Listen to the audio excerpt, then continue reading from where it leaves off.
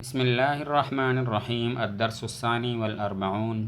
42واں سبق الفعل الماضی التلمیذ طالب علم یسأل الاستاذ خالداً استاذ خالد سے پوچھتا ہے ماذا فعلت فی الصباح تم نے صبح کیا کیا فیجیب خالد تو خالد جواب دیتا ہے ویقول اور کہتا ہے یا سیدی اے میرے سردار قمت فی الصباح الباکر میں صبح سویرے اٹھا وتوضأت اور میں نے وضو کیا وذهبت الی المسجد اور میں مسجد کی طرف گیا وصلیت الفجر مع الجماعت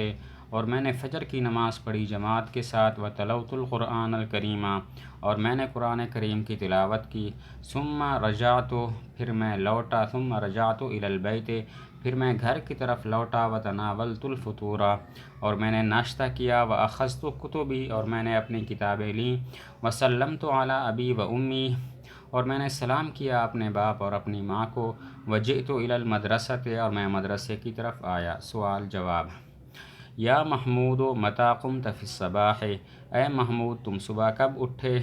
قمت فی الصباح الباکر میں صبح سویرے اٹھا حل سمعت اذان الفجر کیا تم نے فجر کی اذان سنی نعم سمعت اذان الفجر جی ہاں میں نے فجر کی اذان سنی این صلیت الفجر تم نے فجر کی نماز کہاں پڑھی صلیت الفجر مع الجماعت میں نے فجر کی نماز پڑھی جماعت کے ساتھ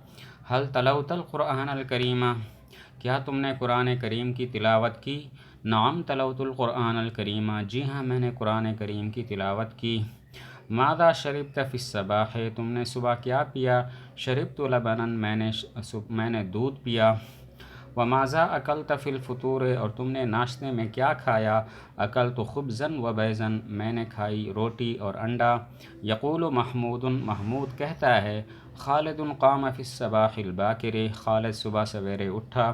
وتوضأ وذهب الی المسجد اور وضو کیا اور مسجد کی طرف گیا وصلی الفجر مع الجماعت اور فجر کی نماز پڑھی جماعت کے ساتھ ثم رجع الی البیت پھر گھر کی طرف لوٹا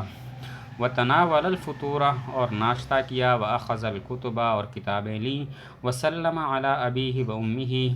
اور سلام کیا اپنے باپ اور اپنی ماں کو وجاء الی المدرسۃ اور مدرسے کی طرف آیا۔ آگے تمرین ہے ترجم بالاردیت اردو میں ترجمہ کرو ذهب خالد الی المسجد خالد مسجد کی طرف گیا جلس محمود تحت الاشجار محمود درختوں کے نیچے بیٹھا جئت من البیت میں گھر سے آیا کتبت الرسالۃ میں نے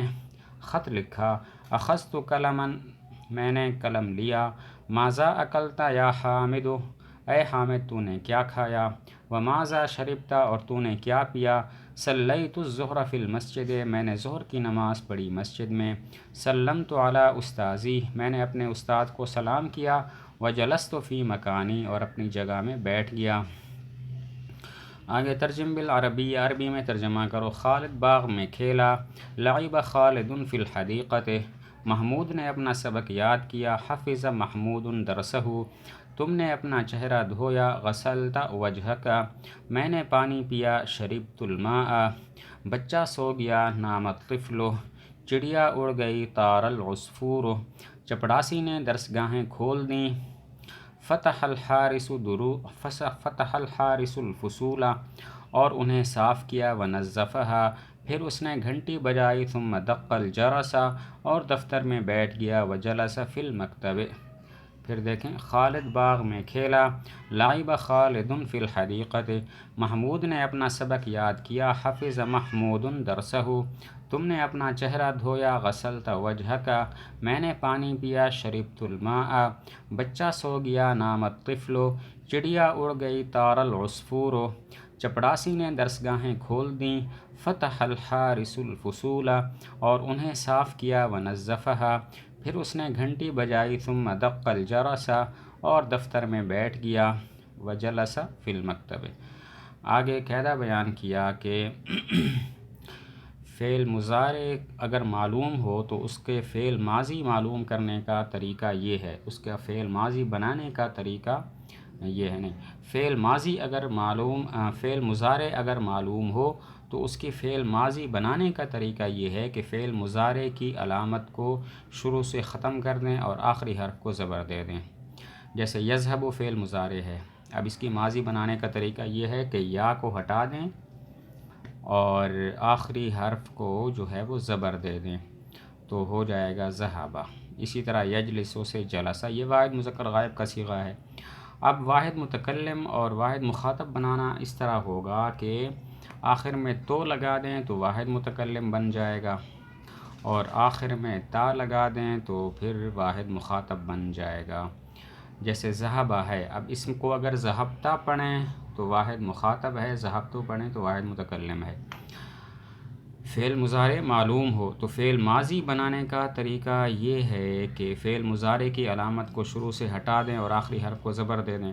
جیسے یذہبو سے ذہبہ، یجلسو سے جلسہ، یہ واحد مذکر غائب کا صیغہ ہو گیا۔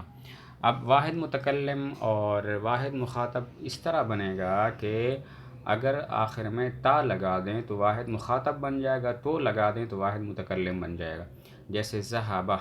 اب ذہبتو پڑھیں تو یہ واحد متکلم ہے، ذہبتا پڑھیں تو یہ واحد مخاطب ہے۔ آگے کلمات کے معنی ہیں۔ یسأل وہ سوال کرتا ہے، غسل وجہہ اس نے اپنا چہرہ دھویا، یجیب وہ جواب دیتا ہے، ماذا فعلت تو نے کیا کیا، ناما سو گیا، طار العصفور چڑیا اڑ گئی، نظفہ اس نے صاف کیا، دق الجرس گھنٹی بجائی،